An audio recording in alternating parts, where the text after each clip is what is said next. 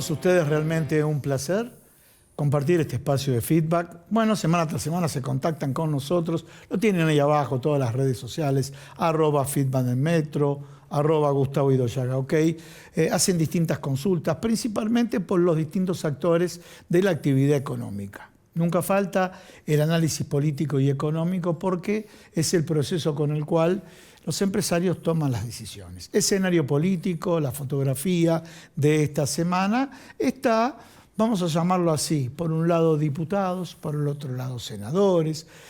Cuando digo diputados hago referencia al presupuesto, cuando hablo senadores hago referencia a la reforma laboral y a partir de ahí, en este programa no le vamos a dedicar al folclore que ustedes vieron porque puede resultar atemporal y el folclore de lo que ocurre en cada recinto obviamente tiene una dinámica del segundo a segundo, minuto a minuto.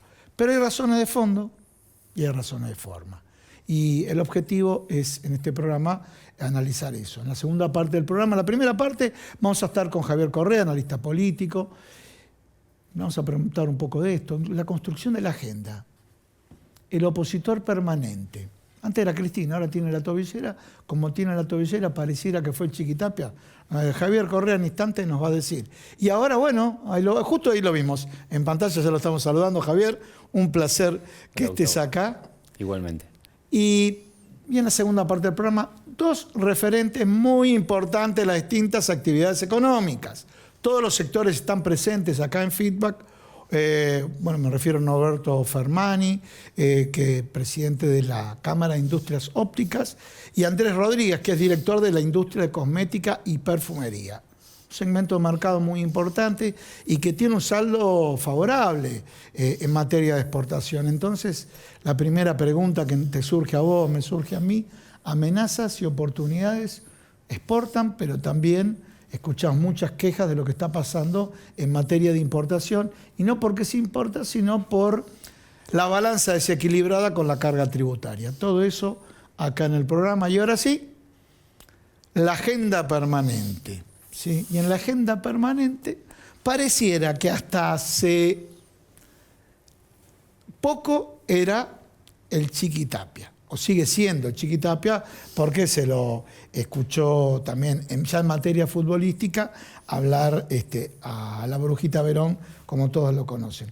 Pero bueno, a ver, vamos a la primera placa que trabajaron ustedes, porque esto también está vinculado, es la construcción de la agenda permanente. Ustedes trabajan mucho con el tema de la digitalización, cuánta penetración hay en la digitalización, pero ustedes titularon La calma después de la tormenta y te pido que nos expliques el por qué. Inferimos qué es, pero desde el punto de vista de los datos, ¿no? Bueno, haciendo un poco de spoiler, volvió el conflicto, pero justo después de la elección, salvataje de Estados Unidos, salvataje electoral, el gobierno tiene un triunfo electoral importante. Eso tiene una repercusión en el Congreso, se fortalece muchísimo, más de lo esperado, el gobierno en su escudo legislativo, y ahora empiezan los conflictos respecto de las leyes, ¿no? La semana pasada tuvimos lo de presupuesto, donde hay algún problema en diputados respecto de un capítulo importante que el gobierno quería y no tuvo.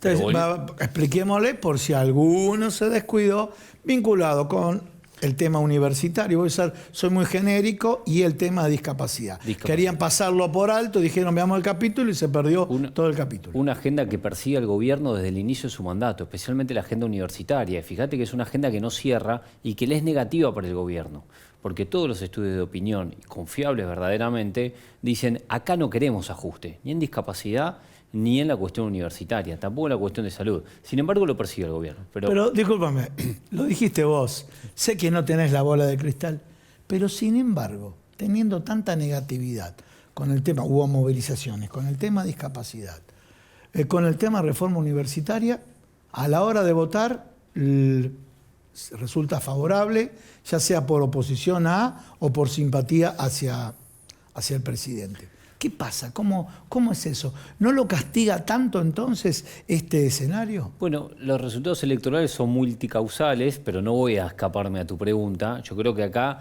que es un tema que vamos a tocar con las placas que vos seleccionaste, que es, bueno, hay una vacancia en la oposición. Sí. Entonces, cuando vos tenés un gobierno que es novedad, que no es responsable en la percepción de la sociedad respecto del fracaso anterior, Sí. Gustavo, lo saben todas las personas que vienen a este programa. La Sí. Argentina hace 15 años que no crece. Eso sabe. Este gobierno y que no genera empleo en blanco también. Este gobierno no arroja ese problema. Después están algunos que dicen lo pueden empeorar o no, pero no tiene ese problema en la espalda. Y del otro lado, la oposición, que sí es percibido como el responsable de esa situación, te reta, te dice las cosas que haces mal, se enoja porque insulta, te critica. Bueno, acá hay una vacancia, no hay alternativa. Eso es uno de los motivos que explica lo que vos planteás del resultado electoral. Bien, vamos a esto. Bueno. 44-46, ¿qué es esto? Esta es la primera vez en 8 meses, nosotros, como decías vos bien, analizamos lo que es la conversación digital. Preguntamos en un software dedicado en la oficina, decimos cuánto se habla de Javier Milei y cómo se habla. Eso lo hacemos desde que es el presidente de la Argentina, con lo cual tenemos un registro, una serie. Lo que vemos acá, después de la elección, es la primera vez en 8 meses que se habla mejor del presidente que peor. Es un montón, porque coincide con el crecimiento de todos los indicadores en la opinión pública. Aumentó la imagen positiva de Milei después de la elección, que venía a la baja, aumentó la expectativa de futuro, la gente volvió a creer que lo que viene es mejor. Hay una sensación de, bueno, si tantos lo votaron, no debe estar tan mal la cosa entre votantes posibles de Javier Milei. Siempre digo, hay que analizar la Argentina de dos maneras. Hay una Argentina y hay otra Argentina. A ver, ¿cuáles son las dos maneras? Bueno, la Argentina está fracturada históricamente en lo que llamamos peronismo, antiperonismo, kirchnerismo, antikirchnerismo. Siempre estuvo esa división. Bueno, hoy creo que el gobierno ha logrado, y cuando vos analizás la estructura del voto del gobierno, ha logrado representar al no peronismo. Es el mismo 40% que acompañó en 2017 a Juntos por el Cambio, en 2021, en 2025, que acompañó a Mauricio Macri cuando perdió la elección 2019. Gustavo, acordate que Sí. quedó con el 40% de los votos. Ahí hay un comportamiento muy similar que me parece que logró agrupar el gobierno y es muy bueno que lo haya hecho para el gobierno. Bien, vamos a la siguiente. Creo que está referida a... La agenda lo ocupó el Chiqui Bueno, Tapia. Sí, y sigue. El Vos sabés Chiqui que... Tapia. O sea, discúlpame. Sí. Este tema en la construcción del opositor permanente. Si yo lo miro de afuera, muy de lejos, te digo, la vine manejando bien Milei. Porque elige un adversario donde realmente al adversario no le va bien. Sí, lo que pasa es que habría que ver si es percibido por la sociedad como un adversario directo, como si lo es percibida Cristina o Kicillof. Y también hay que ver, es un caso muy interesante de analizar, también habría que ver si ven en Chiqui Tapia la sociedad como alguien que si bien puede tener imagen negativa, si afecta la vida de las personas. Sí. ¿Se entiende? Como si determina la sociedad que afectan los políticos. Con lo cual, lo que te estoy diciendo es, yo pondría un punto de incógnita respecto de si es un rival del gobierno tan bueno como podría ser un kirchnerismo Pero, fuerte. discúlpame, Sí. pero no es para armar contrapunto Peleame, contigo. peleame. No, es por la construcción de agenda. A ver, se dio a conocer la inflación... Comparto. 2,5. Entonces yo te digo 1,7, 1,9, 2,1, 2,3, 2,5. Entonces, en cualquier otro escenario dirían, bueno, comparado con el gobierno anterior, indiscutiblemente es éxito, no tiene otro... Pero bueno, comparado con los objetivos y metas fijados por el propio gobierno, eso, y bueno, instalo al Chiqui Tapia y quedó ahí en un costadito el 2,5. Comparto. Entonces, lo que podemos separar es, una cosa es la polarización política que vos querés construir para antagonizar con alguien en la agenda política, Sí. y otra cosa es la agenda mediática donde se ocupa si se puede distraer de otra cosa. Sí. Yo creo que es mejor que es más probable que esté pasando lo segundo que lo primero. Bien. Ahora, los problemas vienen por vos. Vos podés distraer con una agenda, más allá de que sea una agenda bastante interesante para distraer, ¿no? Acá Se tenemos mantiene... los nombres, Tobillino, Chiqui, Surfinanza, Rosario Central, que de pelote, ¿no? Que es muy interesante el cuadro anterior, en donde veíamos que empieza a haber un registro altísimo de la conversación digital cuando le dan el título de Rosario Central. Hay un error ahí, te diría, Escúchame, una torpeza, ¿no? Yo te he contado fuera del aire, se lo decimos acá, una confidencia acá a todos los televidentes. Es como el caso del robo del Vitete, el caso del robo del Banco Río, que en definitiva, bueno, por una desprolijidad con su pareja o expareja, entró preso. Acá lo incendiaron por el hecho, más allá que esto existía, apareció el helicóptero, esa quinta, los monotributistas, a partir del hecho de esa copa que le dio Rosario Central. Pero acordate, Gustavo, además que los equipos vinculados al poder de la AFA Ya se sabía que estaban muy favorecidos respecto de los árbitros. Era una conversación que ya existía. Sí. Ahora explotó. Sí. Masivamente explotó. Pero, a ver, trascendió a los no futboleros. Total. Ese es el tema y se instaló en la agenda política. Vos sabés muy bien que los diarios se leen cada vez menos y casi nada, pero sí marcan agenda. La tapa de los diarios hace 15, 20 días que es este tema. Te cierro con la última, Sí. que sabes cómo es la tele, vos tenés gimnasia, así que vamos a la última. Kicillof. ¿Qué te dirían los jóvenes? ¿Qué onda? ¿Por qué te dirían los jóvenes que, pues, primero, gana en la primera elección, llamarlo a Kicillof, el equipo, el peronismo, pierde en la segunda, y ahora tenemos acá, y obviamente hay muchas quejas en el partido de Pilar por las cargas tributarias, en distintos municipios hay ingresos brutos, ni hablemos el peso que tiene y demás. El gobernador te va a decir, mira, me cortan el financiamiento nacional, voy por otro lado. Bueno, ¿qué es lo que pasa acá? Lo que estamos viendo en la conversación sobre Kicillof es que es una conversación muy baja, de bajo volumen, comparado con Milei, es profundamente baja. Milei en un mal mes lo mencionan 4 millones de usuarios. ¿Y a Kicillof cuánto? Y a Kicillof 500.000, 400.000, 1 millón si tiene un mes más o ¿Pero menos. será que él no llama la busca eso y atención. que Milei busca eso? Bueno, tenés un problema, porque lo que estamos viendo acá no es que Kicillof tiene que mejorar estos indicadores. Lo que estamos viendo acá es un síntoma. Lo que vemos es que la conversación sobre Kicillof es politizada y de baja intensidad. Bien. ¿Qué quiere decir? Y que tenés poca capacidad de convencer al despolitizado con el que vos ganas una elección. Okay. Kicillof está llamado a ser, como gobernador de la provincia de Buenos Aires, como principal referente con votos. Con lo último que me dijiste ya está. Bueno, Fue determinante. Está muy bien. tiene algo para Tenés que solucionar. llegar al despolitizado, claro. Sí, yo lo que creo que a la oposición, Kicillof obviamente es uno de ellos, le falta frescura. ¿Y cómo es la frescura? Bueno, le falta agenda. El peronismo critica la agenda laboral del gobierno, la agenda económica, pero ¿cuál es la alternativa? Eso está vacante. Sí. O por lo menos cuando alguien quiere plantear una alternativa al peronismo no es creíble, porque hace 2 años gobernaron con 200% de inflación, terminó. Eso es un problema real en la construcción de un liderazgo opositor. Muchísimas gracias, Javier. Un placer, como siempre. Señores, un pequeño corte, se quedan con nosotros acá en Feedback.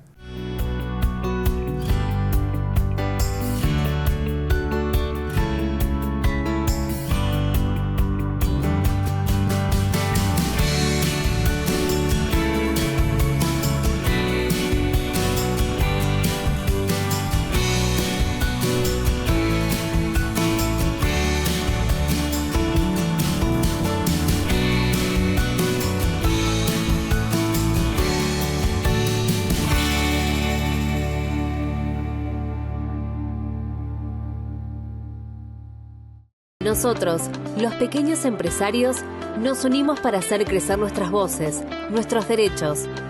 Contamos con más de 200 socios unidos por un mismo fin: hacer que las pymes sigan creciendo. Somos APIMEP, Asociación de Micros, Pequeñas y Medianas Empresas del Plástico.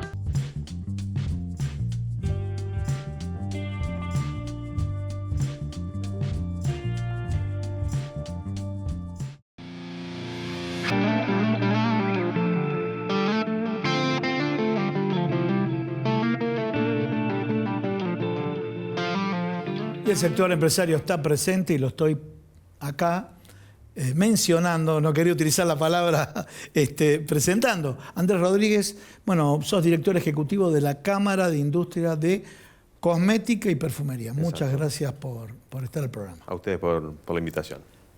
Norberto Farmani ya, bueno, es un habitué acá en el programa y nos cuenta todo lo que ocurre en el sector de la industria óptica, pero le insisto, para el que se enganchó por primera vez, esto que tengo acá es una combinación entre estética y salud, ¿sí? Y acá Norberto Farmani nos va interiorizando programa tras programa. Ahora sí, vamos a un primer abordaje y del sector cosmético y perfumería.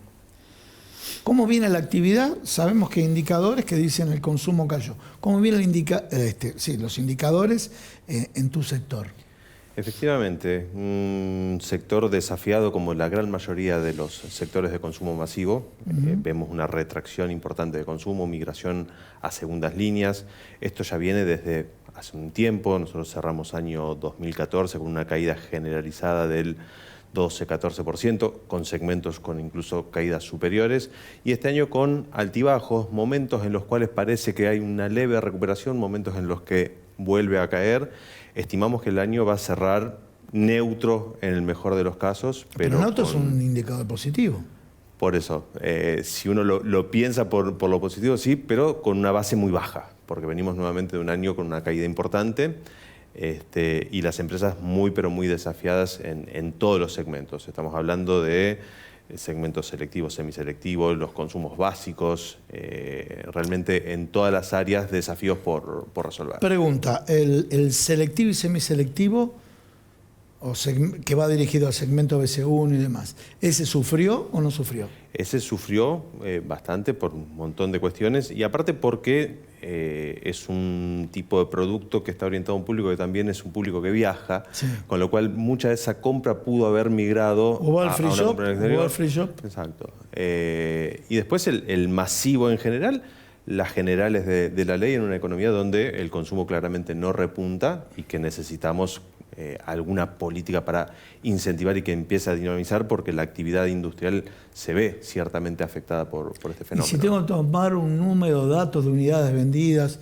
el sector por año, ¿hay indicadores? Nosotros tenemos habitualmente una venta que supera los 2.000 millones de artículos al año. Imagínate 2.000 millones de artículos. 2.000 millones de artículos. Imagínate que estamos hablando de productos de higiene, cosmética y perfumería, con lo cual ingresa todo lo que sea higiene capilar, higiene dental, aparte de maquillaje, fragancias, polvos pédicos. O sea, es una cartera de consumo súper amplia y de uso cotidiano. Una persona todos los días usa 6-7 productos del sector, con lo cual el volumen es significativo. ¿Y cuánto representa de la canasta de una persona los productos que comercializan ustedes? Es tal vez no tan elevado, nosotros lo tenemos identificado en un 2-3%, no mucho más que eso, pero sí es significativo en cuanto a la cotidianidad del uso. Perfecto, muy bien. Y ahora sí pasamos a la otra parte del estudio. Consumo. ¿Cómo viene el tema del consumo? Opa. Anteojos. Y vamos a prescripción y estética. Mira, sabes que nosotros tenemos el sector nuestro se divide en tres grandes rubros. Uno son los anteojos de sol, otro es toda la parte oftálmica, que está dividida entre pregraduados, que se venden en general en farmacia o en la calle. Te diría que el 90% de los pregraduados se venden en la calle, lamentablemente. Todo lo que es graduado, nosotros tenemos cuantificada una... Te puso una foto acá la productora, una foto de la calle. Mirá lo que es. Es lamentable porque vos pasás por frente al Congreso o frente al Palacio de Justicia y está esto. Lamentablemente los jueces pasan por adelante, así que ¿qué puedo pretender, no? Bueno, te interrumpí con la foto. Me interrumpiste, pero... es una realidad. Es una realidad. Lo que es producto de salud, tienen una caída con respecto al año pasado de aproximadamente el 17,5%, eso es lo que nosotros vimos. La dificultad grande y realmente muy, muy complicada está en lo que es el consumo de anteojos de sol, que por regiones hemos identificado entre un 25 y un 35% la caída. Y viendo muy, muy radicalizada esa caída el mes pasado. El mes pasado hemos tenido regiones que la caída se ha dado de hasta el 60% en el consumo. Bien, y si hago un corte del año, ¿cuál sería el número que les da? Calculamos que vamos a terminar entre el 20 y el 22% de caída el año. Bien. Un año muy complicado. Bien, cambio el ángulo, vuelvo nuevamente contigo, Andrés. Exportación e importación. Si uno escucha, dice, bueno, una vez, estuve en varios congresos, ¿no? Pero justo el último que participé fue el de minería, pero otros sectores, los de metalmecánica, dijeron, bueno, no nos oponemos a que importen, pero que esté equilibrado la carga tributaria, ¿sí? Bueno, quiero decir que se importan productos con carga tributaria menor a los productos que se fabrican acá. Bueno, ¿qué es lo que está pasando en materia de importación? Y luego me hablas de Expo, ¿no? La Cámara históricamente ha tenido una posición muy clara que lo que busca es efectivamente que sean normas comunes para todos. No tenemos una complicación con tema de importaciones en cuanto a una objeción de las mismas, porque hasta incluso la propia importación dinamiza mercado. Nosotros somos un mercado que depende mucho de innovaciones, con lo cual incorporar nuevos productos desde el exterior muchas veces permite que el desarrollador local trabaje sobre esas líneas. Sobre ideas. En el caso de las empresas internacionales que operan en el país, nosotros tenemos en Argentina poco más de 250 elaboradores, que muchos son exportadores también. Y en el caso de las empresas grandes en particular, muchas veces producen en el país para exportar una determinada línea y complementan su cartera de productos con algo que importan, con lo cual no objetamos. Sí nos preocupa seriamente la mercadería que ingresa de manera irregular al país, porque ahí sí tenés ventajas impositivas, mercadería que no paga los certificados que corresponden para un producto que está regulado a nivel sanitario. Eso sí claramente es un problema para el sector y lo estamos trabajando. Hablaste de exportaciones. ¿Cuáles son los productos de tu rubro que Te más...? diría que prácticamente todos los productos del segmento, todos tienen algún mercado de exportación. ¿Ah, sí? Sí, prácticamente todos. A ver, pero dame un ejemplo. Para mí y para el televidente, ¿qué productos se exportan? Hasta hace no mucho tiempo atrás, ahora está volviendo a repuntar. Sí. Argentina era el principal exportador de desodorantes en aerosol en el mundo. ¿Desodorante en aerosol? Desodorante en aerosol, Argentina era el principal exportador por una serie de factores. Ha ido variando, ahora está repuntando nuevamente. Repuntó de nuevo. Pero somos exportadores de capilares, somos exportadores de fragancias, somos exportadores de maquillaje. Y tenemos como mercado principal América Latina, pero exportamos al mundo árabe, exportamos a Europa. Bien. Y aunque no lo creas, exportamos a China. Epa. Es una industria que a nivel tecnificación y a nivel eficiencia es muy elevada. Y tiene otra cuestión, tiene un prestigio también muy elevado el producto argentino cosmético. Cuando hablo cosmético hablo higiene, cosmética y perfumería, porque regulatoriamente es considerado un cosmético. Tiene un prestigio muy elevado en todo el mundo, con lo cual los mercados están deseosos de recibir nuestros productos y se trabaja de manera muy, muy sólida en esa línea. Bien. Bueno, hablemos siempre de distintos sectores, un eje, un hilo conductor. Impo-Expo. ¿Cómo venimos en exportación? A ver, ¿tenemos saldo exportable? Mira, algo importante y es positivo es que ahora se empiezan a dar las condiciones como para poder exportar nuevamente. Lo que nosotros estamos esperando es una pequeña, que avance la reforma impositiva que está planteada y por otro lado la desregulación del mercado de los tipos de cambio. Algo que entorpece muchísimo la exportación en óptica principalmente es la obligatoriedad de pasar por el Banco Central todas las operaciones de cambio. ¿Por qué? Porque son operaciones que son altamente costosas con respecto al nivel de exportación. Hay gente que a veces me dice, no, se puede hacer en gris, pero las empresas que quieren trabajar como corresponde no pueden trabajar en gris. Esa es la realidad. No podés cobrar en una billetera, después ves cómo lo pones en el balance. No, eso no funciona porque en definitiva tiene pata corta. ¿Cómo es el mecanismo? Nosotros tenemos productos, tenemos primero una industria muy desarrollada y muy desarrollada sobre el diseño. ¿Qué es lo que sucede? Toda la región valora muchísimo el diseño argentino. Si vos vas a hablar a Uruguay, a Brasil, a Paraguay, a Bolivia, a Perú, ¿sí? Son mercados donde nosotros hemos exportado durante muchos años y son productos... ¿Tu fábrica exporta ese mercado? Hemos exportado. Nosotros, con la diferencia de tipo de cambio y las restricciones a las importaciones de los últimos años, tuvimos que levantar todo el mercado de exportación.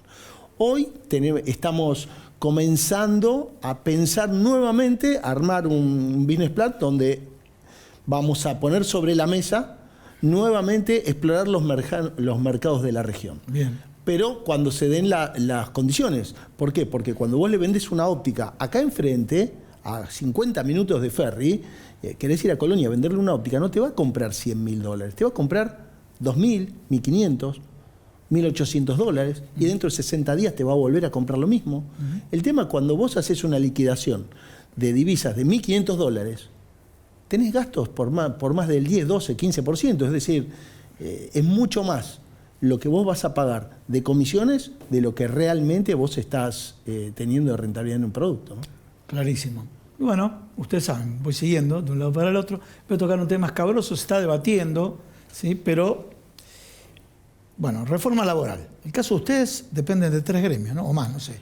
La Cámara negocia paritarias, es miembro paritario con 3 gremios. 3 gremios. Efectivamente, Eso, a ver. Y la Cámara tiene grandes, medianas y pequeñas. Exacto. Para lo cual, me imagino la complejidad que debe representar ese tipo de negociación, ¿no?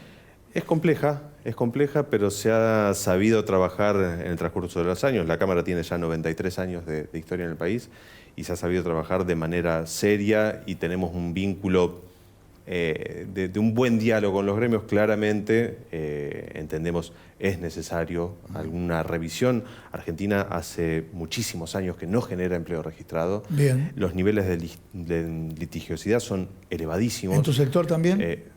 En todos los Pero sectores. no, tu sector, yo quiero que me cuente el tuyo. Hay casos, ¿Sí? Hay casos, sin duda. Bien. Sí. Y por otro lado, existen cláusulas abusivas en el convenio colectivo que por la ultraactividad se renuevan permanentemente. No. En nuestro caso en particular, nuevamente, es una relación muy equilibrada con el gremio. En nuestro foco para lo que es la reforma en particular, es lo mismo que hemos estado conversando. Somos integrantes de la Unión Industrial Argentina. Claro. Estamos en esa misma línea. Hoy el foco principal está en tratar de lograr reducir las cargas laborales, porque realmente hoy es bastante costoso, obviamente sin que implique esto un perjuicio para el trabajador. Y litigiosidad es claramente un factor a trabajar. Hoy una empresa con un empleado que tiene 20, 25 años de antigüedad y le inician una demanda, es un potencial quebranto para la compañía, con lo cual ese aspecto en particular necesita ser revisado, sin duda. Mismo hilo conductor para ti. Totalmente de acuerdo, la verdad que lo expresó totalmente linealmente clarísimo. Yo creo que el principal problema de las pymes, principalmente las pymes, que es el sector donde yo me muevo, es la litigiosidad. Lamentablemente son variables que no se pueden manejar y cuando son empresas chicas normalmente empiezan con problemas. ¿Por qué? Porque empiezan desde los grises. Vamos de nuevo. Entonces, hay cantidad de empresas que comenzaron a operar hace 7, 8, 10, 12 años y arrancaron con el hijo de un amigo que le vino a ayudar, un colega, un vecino, un primo. Y hoy esa gente tiene 10, 15, 20 años. Tal vez la relación no es la misma. Tal vez ya cambió la empresa de manos. Y la relación no es una relación transparente. Ahí tenés un quebranto. Y realmente estamos hablando de un quebranto tal vez sobre algo real. Bien. Y vamos a lo que no es real. Nosotros consideramos que casos armados que se judicializan deben ser por lo menos más de la mitad de los casos. Y una cuestión, te sumo. Tenemos que cerrar, le pido a ambos así, segundos, dale. Segundo, Sí. particularmente preocupante. En lo que es el sector industrial, Sí. nadie contrata gente para despedirla. Necesitamos necesariamente sostener a la gente, Obviamente, porque que es lo muy formás. difícil capacitar. Es correcto. Es muy difícil capacitar a un operario para que entienda lo que es la dinámica de una línea de producción, la responsabilidad que tiene dentro de toda una secuencia productiva, con lo cual ese componente tiene que ser resuelto, sin dudas. Muchísimas gracias a ambos. Sí. Y ¿saben qué? Yo le agradezco a todos ustedes, a la Producción Cero, Charlie Barona, a nuestra productora Gabriela Aquino. ¿Saben quién más? Sastrería Windsor, porque tiene 30 años de trayectoria sartorial. Este saco, esta camisa, miren la terminación, es de Sastrería Windsor. Pasión por la confección.